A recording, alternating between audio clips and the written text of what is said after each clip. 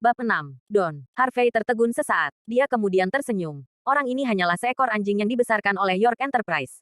Hanya masalah waktu sebelum dia dikeluarkan. Ibu, aku tidak akan bercerai. Bahkan jika kita bercerai, ini bukan urusanmu. Saya harap Anda jangan ikut campur dalam urusan kita. Harvey tertawa dan mengucapkan kalimat ini sebelum mengendarai sepeda listrik kesayangannya dan pergi. Harvey, kamu bukan apa-apa. Lilian bergidik karena marah. Dia hampir menabrak Harvey dengan mobilnya. Namun, dia hanya bisa menekan amarahnya dan dengan cepat pergi setelah melihat kerumunan di sekitar mereka. Mandi berjalan ke meja depan perusahaan selama jam kerja. Dia kemudian melihat dua gadis tertawa sambil mengatakan sesuatu dan banyak karyawan yang menonton.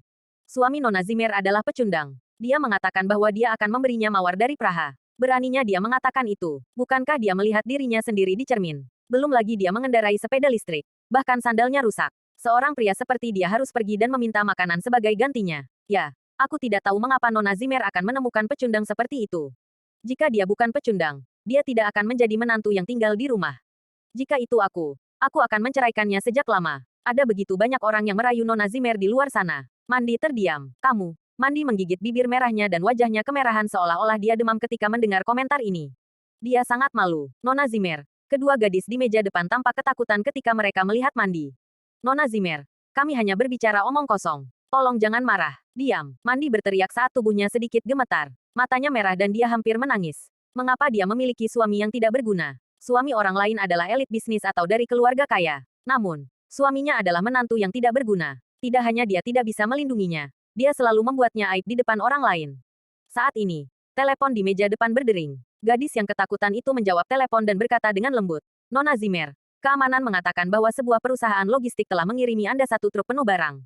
Haruskah kita membiarkan mereka masuk? Untuk saya, Mandi terkejut sesaat. Dia tidak membeli apa-apa, tapi dia tetap mengangguk. Segera, dia melihat seorang pria tampan dan elit mengenakan jas berjalan masuk. Dia berkata dengan hormat, apakah kamu, Nona Zimmer? Ini adalah layanan pengiriman ekspres global yang dilakukan oleh perusahaan kami. Ini dikirim dari Praha. Silakan tanda tangan untuk itu. Praha. Mandi selesai menandatangani kontrak dengan tatapan terkejut.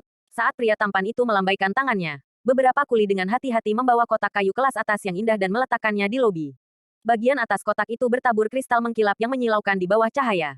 Semua mata karyawan terbuka lebar. Wow, apakah ini dari Praha? Dan kotak ini sangat indah. Apa isinya? Nona Zimmer, bisakah kamu membukanya dan biarkan kami melihatnya? Sebagian besar karyawan wanita di perusahaan periklanan. Pada saat ini, semua karyawan mengantisipasinya dengan mata berbintang. Meskipun Mandi bingung, dia memberi isyarat kepada pria itu untuk membuka kotak kayu setelah melihat semua orang begitu bersemangat.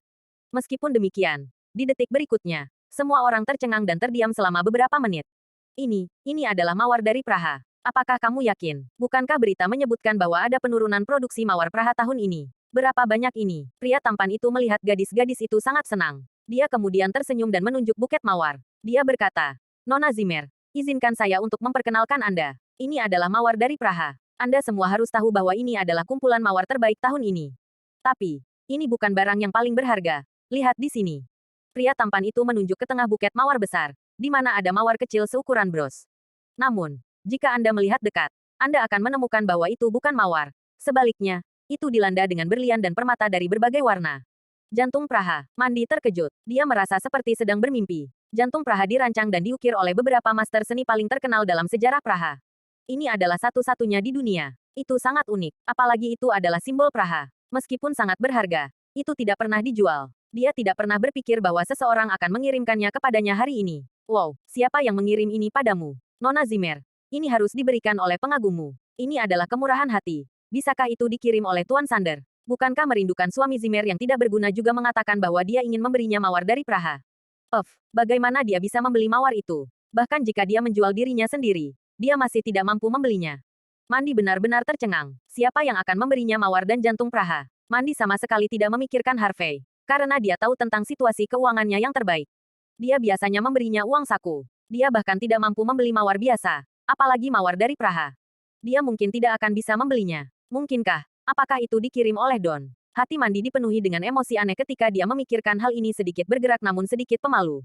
Di Nyunghi, di Platinum Hotel. Hotel ini juga dianggap sebagai tempat terkenal untuk tujuan hiburan di Nyunghi dan biayanya tidak rendah. Diyakini bahwa orang-orang yang datang ke sini terkenal dan memiliki banyak pengaruh. Oleh karena itu, ada banyak mobil mewah yang diparkir di pintu gerbang di depan hotel. Kali ini, pesta reuni perguruan tinggi Harvey diselenggarakan di tempat ini. Harvey bersenandung sedikit dan memarkir sepeda listriknya di tempat parkir di gerbang. Meskipun dia kaya sekarang, dia adalah orang yang bernostalgia. Sepeda listrik ini telah bersamanya melalui pasang surut selama 3 tahun. Dia tidak bisa meninggalkannya. Tiba-tiba, ada klakson yang memekakkan telinga dari belakang sebelum dia memarkir sepeda listriknya dengan baik. Apakah kamu bodoh? Apakah Anda seorang pria pengiriman atau pelayan? Apa kau tidak tahu aturannya? Beraninya Anda menempati tempat parkir dengan sepeda listrik yang rusak itu. Apa kau sudah gila? Audi A4 berhenti di belakang Harvey. Seorang pria menjulurkan kepalanya, menunjuk ke arahnya, dan berteriak. Harvey tanpa sadar menoleh. Keduanya tercengang sejenak. Ketua kelas. Harvey bereaksi. Orang ini adalah teman sekelasnya dari perguruan tinggi yang telah menjadi ketua kelas selama beberapa tahun. Bab 7. Kamu adalah Harvey. Howard Stone menatap Harvey dengan ragu. Dia mencibir sebentar, memarkir mobilnya, dan berjalan langsung ke hotel. Harvey merasa sangat canggung. Dia tidak berharap Howard mengabaikannya ketika dia berbicara dengannya. Keduanya memasuki kamar pribadi satu demi satu. Semua teman sekelas ada di sana saat ini. Semua orang menoleh ketika pintu terbuka. Bukankah ini ketua kelas? Ketua kelas juga telah menjadi orang yang sukses juga. Sangat tampan. Seseorang mencemooh. Memang, Howard mengenakan jas dan sepasang sepatu kulit, dengan kunci mobil Audi tergantung di pinggangnya. Dia tampak sangat tampan saat ini. Segera, seseorang melihat Harvey yang berjalan di belakang Howard. Meskipun setelan itu tidak cocok untuknya, itu masih merupakan merek yang indah, kelas atas, dan terkenal. Seorang teman sekelas melihat ini dan tersenyum. Harvey, sepertinya kamu juga baik-baik saja. Ayo, 2 kursi utama ini disediakan untuk Anda dan ketua kelas.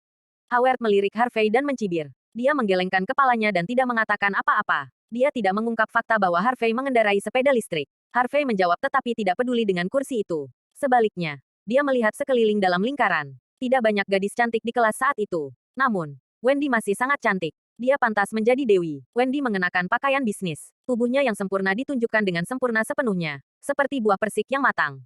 Itu sangat menggoda dan menarik. Bahkan Howard yang keren memperhatikan Wendy saat ini. Dia terkesan. Dia datang, tersenyum, dan berkata, "Oh, jadi kamu, dewi kami. Aku sudah lama tidak melihatmu. Mengapa Anda tidak menemui saya atau menghubungi saya? Jadi, di mana Anda bekerja sekarang?" Wendy tersenyum malu-malu dan berkata dengan lembut, "Aku tidak melakukannya dengan baik sepertimu. Anda bahkan mengendarai Audi." Mata Howard bersinar ketika dia mendengarnya. Dia tampaknya memiliki kesempatan. Sang dewi tampaknya menyukai Audi yang dia beli melalui pinjaman angsuran. Tepat ketika dia ingin berbicara, gadis-gadis di sampingnya sudah menyeringai dan berkata, "Ketua kelas, jangan tertipu oleh Wendy. Dia sekarang manajer administrasi perusahaan investasi terbesar di Newhey, York Enterprise. Dikatakan bahwa dia akan segera dipromosikan sebagai manajer umum dan dia akan bertanggung jawab." Wow, semua orang kagum. Mereka tahu betapa kuatnya York Enterprise. Banyak perusahaan dan individu wira swasta didanai oleh mereka. Meskipun perusahaan ini tidak melakukan bisnis fisik, pengaruhnya mencakup semua lapisan masyarakat. Jika Wendy menjadi manajer umum di usia yang begitu muda, maka dia akan memiliki kekuatan absolut. Siapapun yang berhasil mengejarnya, tidak hanya akan memiliki keindahan dalam pelukannya tetapi juga banyak sumber daya. Manfaatnya tidak terbayangkan. Selain itu, wanita ini sangat cantik sehingga dia tidak kalah mengesankan dari beberapa bintang wanita yang terdaftar dia.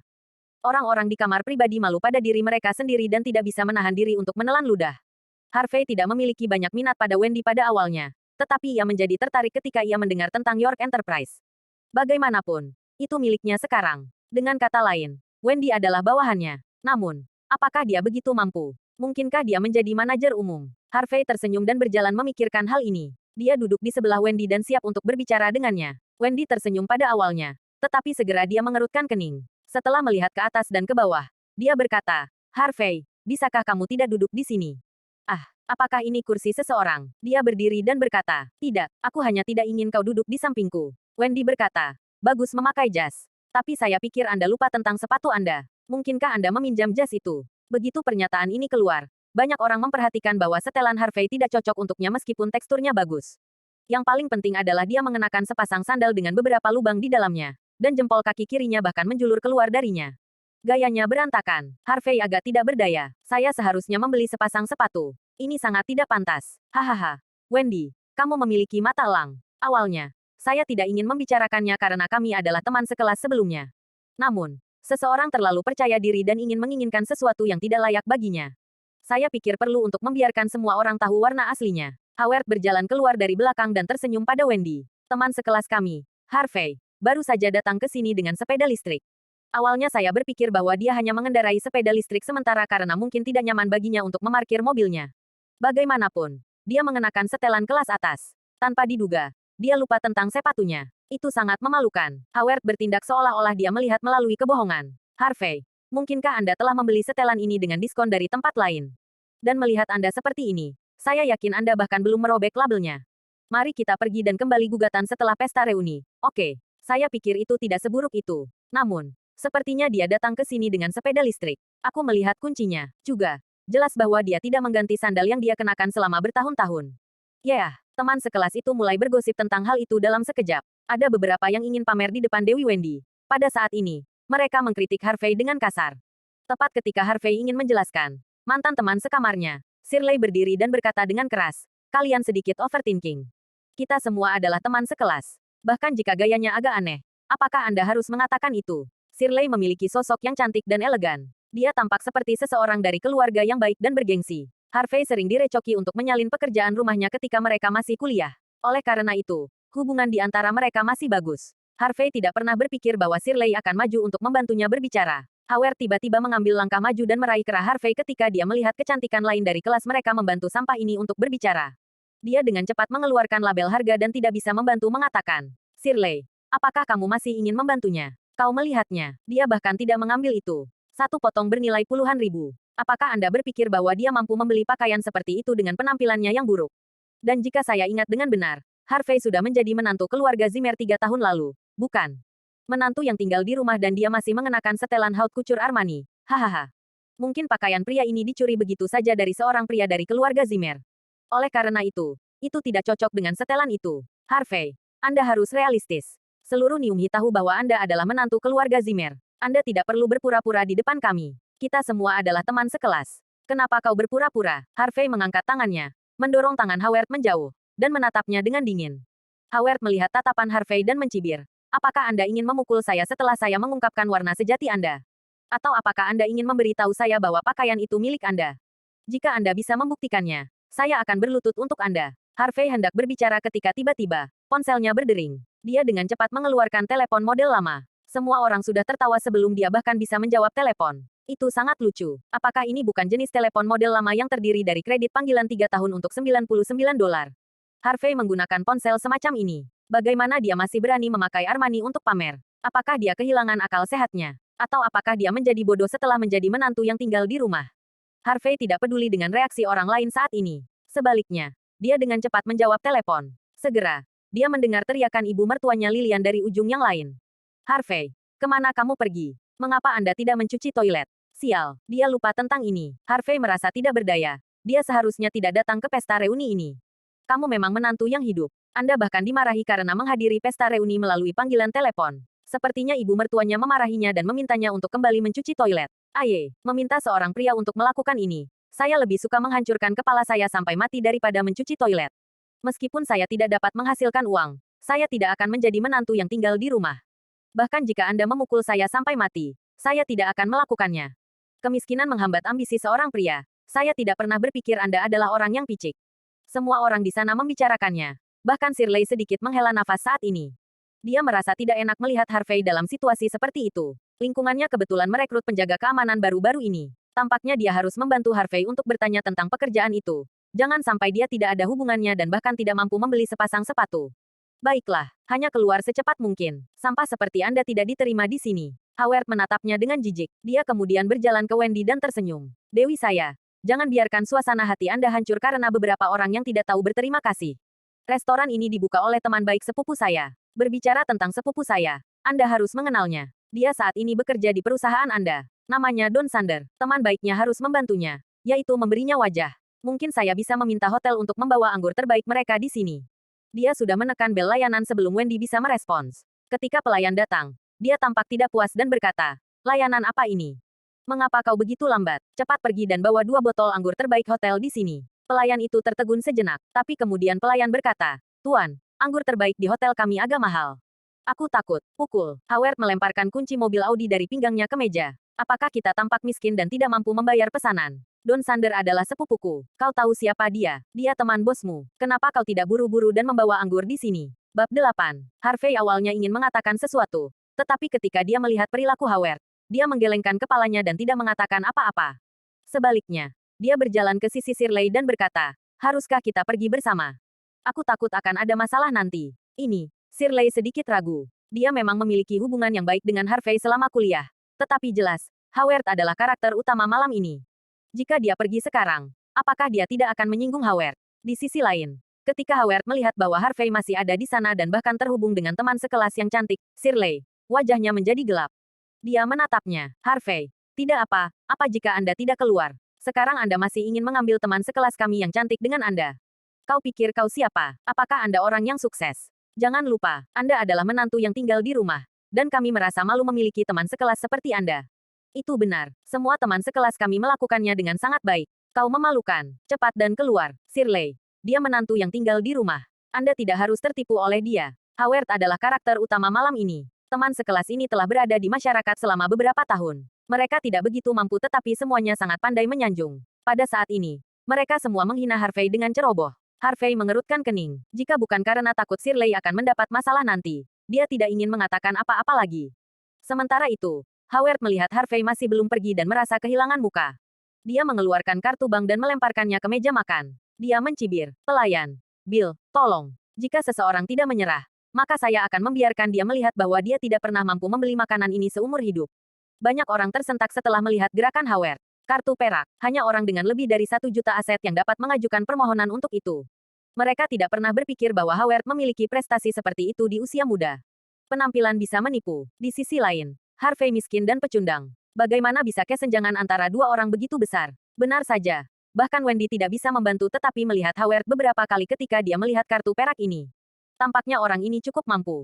Howard senang ketika dia melihat mata si cantik yang menyetujui. Dia menatap Harvey dan melanjutkan. "Tidak. Tiba-tiba aku berubah pikiran lagi. Pelayan, mari kita pergi malam ini Belanda. Satu untuk bagiannya dan sisanya akan ada pada saya. Tolong bantu saya memisahkan tagihan menjadi 2. Pelayan itu mengangguk dan turun. Shirley merasa tidak enak untuk Harvey saat ini. Bukankah lebih baik jika dia pergi sekarang? Makanan untuk malam ini diperkirakan puluhan ribu. Dan konsumsi rata-rata per orang akan lebih dari 1.000. Bisakah Harvey membayar tagihannya? Shirley menghela nafas ketika dia memikirkan hal ini. Dia diam-diam mengeluarkan kartu banknya. Dia harus membantu menyelesaikan tagihan untuk Harvey agar tidak mempermalukannya. Pada saat ini, pelayan yang memegang kartu, dan seorang pria yang tampaknya menjadi manajer berjalan cepat ke kamar pribadi. Pelayan itu membungkuk ke arah Howard dengan tatapan minta maaf dan berkata, "Pak, maaf, saldo di kartu Anda tidak mencukupi." Howard tertegun sesaat. Dia kemudian berkata dengan marah, "Apakah kamu bercanda? Saya masih memiliki jutaan di kartu saya. Bagaimana Anda bisa memberitahu saya bahwa saldo tidak mencukupi?" "Ya, Pak, maafkan aku. Makanan untuk malam ini sekitar 1,8 juta dolar. Anda masih harus membayar 1,7 juta dolar setelah dikurangi bagian pria ini." Harvey hampir tertawa terbahak-bahak ketika mendengar nomor itu. Tampaknya tidak sopan. Howard ini memang aneh. Meskipun tidak ada yang tahu tentang 2 botol anggur yang dibesarkan pelayan, Harvey tahu tentang hal itu. Itu adalah Eden 13 yang terkenal. Anggur kerajaan asli Prancis. Dengan harga eceran sekitar 800 ribu dolar. Howard baru saja memesan 2 botol. Dan harganya sudah lebih dari 1,6 juta dolar. Howard terkejut. Dia menunjuk pelayan dan berkata, "Apakah kamu bercanda? Kami memiliki kurang dari 20 orang di sini. Bagaimana kita bisa menghabiskan sekitar 2 juta dolar? Bawa manajermu kemari. Saya ingin melihat bagaimana korup hotel Anda." Pelayan itu menghela nafas. Dia sudah mengharapkan itu. Dia kemudian melangkah mundur dan berkata, "Ini adalah manajer kami." "Bagus." Howard berteriak sambil menatap manajer berpakaian rapi di depannya. "Apakah Anda berencana untuk berhenti dari pekerjaan Anda? Bagaimana konsumsi per kapita bisa 100 ribu dolar? Kau tahu siapa aku? Sepupuku adalah Don Sander." Manajer tidak terburu-buru. Dia berkata perlahan, "Tuan, saya sangat menyesal. Makanan itu sekitar puluhan ribu dolar saja. Namun, Anda memesan 2 botol anggur Prancis teratas, Eden 13 barusan. Masing-masing biaya 880 ribu dolar. Jadi, Anda harus membayar 1,76 juta dolar. Ini sekitar 1,8 juta dolar setelah menambahkan makanan. Tapi karena Anda adalah sepupu Tuan Sander, kami menghormati sosok itu. Percaya atau tidak, aku akan membunuhmu." Howard sangat marah. Dia meraih ke meja manajer. "Bagaimana Anda memiliki anggur yang harganya lebih dari 800 ribu dolar? Bahkan jika Anda melakukannya, saya tidak mengatakan saya ingin anggur yang mahal. Aku akan menelepon polisi." Manajer menenangkan dirinya dan perlahan-lahan mencambuk tangan Howard. Dia telah berada di posisi ini selama beberapa tahun. Dengan demikian, dia telah melihat semua jenis orang di Nyunghi sebelumnya. Namun, ini adalah pertama kalinya dia melihat seseorang yang tidak punya uang tetapi masih berpura-pura kaya. Dia berkata dengan sungguh-sungguh setelah menarik napas dalam-dalam, "Tuan, izinkan saya menjelaskan beberapa hal kepada Anda. Pertama, kami telah menyediakan Anda anggur terbaik yang Anda minta. Kedua, pelayan kami ingin mengingatkan Anda tentang harga 2 kali. Tetapi Anda tidak peduli. Ketiga, semua hal ini sedang dicatat. Jadi kami memiliki bukti. Jika Anda ingin menelepon polisi, jangan ragu untuk melakukannya. Bertepuk tangan. Bertepuk tangan. Manajer bertepuk tangan dengan lembut setelah dia menyelesaikan kata-katanya. Boom. Pintu kamar pribadi ditendang terbuka. Beberapa pria berotot dengan kaus dalam bergegas masuk. Semuanya sengit dan mengerikan. Ketika keamanan pergi untuk melapor kepadanya sekarang, dia sudah merasa bahwa seseorang akan menyebabkan masalah. Jadi dia membawa pengawal bersamanya. Howard berkeringat dingin dan menggigil. Dia kemudian mengertakkan gigi dan berkata, "Di mana bos Anda? Aku ingin bertemu bosmu. Anda menjalankan toko hitam. Jadi, maksudmu aku membuka toko hitam?" Seorang pria muda dengan buskat mengenakan kemeja putih dan memegang dua bola pergelangan tangan di tangannya. Dia berjalan dengan senyum. Dia mengenakan sepasang kacamata berbingkai emas. Tampak menakutkan, tetapi juga jahat pada saat yang sama. Penampilannya membuat orang tanpa sadar terkesiap. Pemilik Platinum Hotel Tyson Woods dianggap sebagai salah satu individu teratas di Niumi. Platinum Hotel adalah salah satu propertinya. Howard awalnya ingin mengutuk, tetapi keringatnya terus menetes saat ini. Ini adalah Tyson Woods. Dia adalah orang profil tinggi. Dia memang berlebihan sekarang. Mengatakan bahwa Don dan Tyson adalah teman. Dia tahu bahwa Don tidak ada apa-apanya di depan Tyson. Howard hanyalah seorang pemuda kelas pekerja. Beraninya dia mengacaukan Tyson. Manajer berkata dengan dingin setelah melihat bos tiba. "Tuan, Anda memiliki kartu perak dan juga memegang kunci mobil Audi. Saya kira Anda bukan seseorang yang tidak mampu membayar tagihan. Anda meminta anggur terbaik sendiri dan menginginkan 2 botol sekaligus. Sekarang, Anda menolak untuk membayar untuk itu." "Tidak, saya tidak berani melakukan itu," Howard berkata dengan cepat. "Kami akan membayar. Kami akan membayar tagihannya." Dia melihat teman-teman sekelasnya meminta bantuan saat berbicara. Dia hanya memiliki lebih dari $1 juta tersisa di kartunya. Ini adalah seluruh kekayaan yang telah dia kerjakan selama beberapa tahun terakhir. Dia bahkan membeli Audi melalui pinjaman angsuran. Bagaimana mungkin baginya untuk mengambil $2 juta sendiri? Teman sekelas yang menyanjungnya barusan semua melihat ke arah lain. "Anda ingin pamer dan meminta anggur paling mahal sekarang? Apa maksudmu? Sekarang, Anda ingin kami untuk membantu Anda membayar? Mustahil." Tyson segera melihat melalui pikiran mereka. Dia perlahan berjalan mendekat dan menepuk wajah Howard 2 kali. Dia kemudian berkata, "Boy, jika Anda tidak punya uang, jangan berpura-pura menjadi kaya. Tetap low profile, oke?" "Ya, ya, ya, kamu tidak perlu membayar tagihan malam ini." Tyson tersenyum. "Tapi dengan satu syarat, tolong katakan itu. Kumohon, aku akan melakukan yang terbaik," kata Howard dengan ekspresi memohon. Tyson tersenyum jahat. "Biarkan dia dan dia menemaniku." Tatapannya menyapu Wendy dan kemudian jatuh pada Shirley. Kedua gadis ini, yang satu seksi dan yang lainnya murni. Bab 9. Ah, Howard tercengang. "Ini, tidak, tidak, tidak. Saudara Tyson, bersenang-senang dan nikmati." Howard tidak berani melihat wajah Wendy saat ini setelah dia selesai berbicara. Sebaliknya, dia mengambil kunci di atas meja dan hendak berlari. "Howard, Anda bajingan." Wendy gemetar karena marah. Dia tidak pernah berpikir seorang pria seperti dia akan menjadi pengecut. Teman sekelas lainnya juga meringkuk. Mereka semua tampak seperti takut mendapat masalah. Harvey adalah satu-satunya orang yang hadir dengan wajah kosong. Bukan karena hal lain, tetapi karena dialah yang melatih dan merawat Tyson Woods secara diam-diam ketika dia berada di York. Tyson telah berada di jalanan pada usia muda. Dia tidak punya uang dan kekuasaan. Dia hampir dibacok sampai mati di jalanan beberapa kali. Suatu kali, Harvey bertemu dengannya dan berpikir dia mungkin menjadi tokoh terkemuka. Jadi dia memutuskan untuk melatihnya. Dia terkejut bahwa Tyson telah tumbuh begitu banyak hanya dalam beberapa tahun. Namun, Harvey tidak berniat mengenalinya. Dia bukan lagi pewaris York setelah bertahun-tahun. Tyson mungkin tidak ingin mengenalinya. Sementara itu, Tyson yang jahat akhirnya melirik orang lain di ruangan itu dengan sengaja. Meskipun demikian, ketika tatapannya melewati Harvey, dia sedikit terkejut. Wajahnya berubah di detik berikutnya. Kesombongan dan kejahatannya langsung menghilang. Sebaliknya, dia dengan cepat bergerak maju dan berjalan ke Harvey. Dia membungkuk dan berkata dengan suara rendah, "Tuan, saya tidak tahu bahwa Anda ada di sini. Maafkan aku." Semua orang di kamar pribadi terkejut saat ini. Tyson yang sangat arogan yang bisa dengan mudah membiarkan mereka mati sekarang berdiri di samping Harvey dengan hormat. Seperti seorang siswa yang sedang diajar oleh seorang guru. Bahkan bawahan Tyson terkejut. Bos mereka selalu tak kenal takut dan kejam. Dia tidak pernah begitu menghormati seseorang. Harvey adalah satu-satunya yang tetap tenang dan tidak menunjukkan ekspresi. Sudah lama, Harvey menghela nafas setelah waktu yang lama. Dia kemudian menepuk bahu Tyson. "Biarkan saja mereka pergi. Mereka semua adalah teman sekelas saya. Ya, aku akan melakukan apapun yang Anda katakan, Pak. Aku akan membiarkan mereka pergi. Keluarkan mereka dari sini. Aku akan senang untuk mengejar ketinggalan dengan Anda, Pak. Jangan biarkan mereka mengganggu kita." Tyson sangat bersemangat. Segera, teman sekelas dengan ekspresi aneh itu semua ditendang keluar. Di luar Platinum Hotel, semua teman sekelasnya terkejut. Shirley bahkan bergumam, "Saya tidak berharap Harvey membantu kami. Tapi bagaimana dia tahu pemilik Platinum Hotel?" Wendy juga berbisik, "Apakah kita salah menyalahkannya? Dia mungkin cukup mampu dan sukses juga." Bagaimana kita bisa salah? Howard bingung saat ini. Dia memalukan malam ini. Dia harus memulihkan citra dan reputasinya. Aku tahu, Harvey pasti penipu. Dia telah berkolusi dengan Hotel Platinum ini sejak lama dan ingin menggertak uang semua orang, kata Howard dengan getir.